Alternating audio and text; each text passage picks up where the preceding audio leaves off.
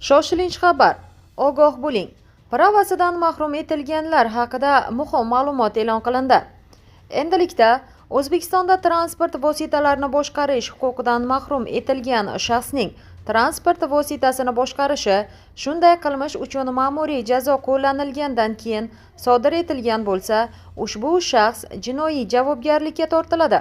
Bu haqda 20-fevral kuni qabul qilingan yo'l harakati xavfsizligi tizimini takomillashtirish munosabati bilan O'zbekiston Respublikasining Jinoyat kodeksi, protsessual kodekslariga hamda O'zbekiston Respublikasining Ma'muriy javobgarlik to'g'risidagi kodeksga qo'shimcha va o'zgartirishlar kiritish haqidagi qonun bilan belgilangan.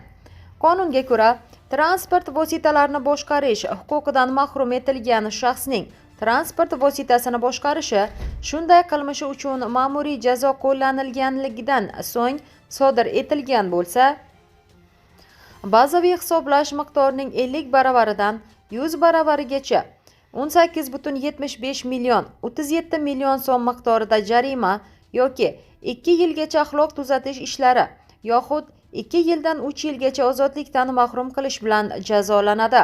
Bu O'zbekiston Respublikasi Jinoyat kodeksiga kiritilgan 261-2 moddasida ko'rsatilgan.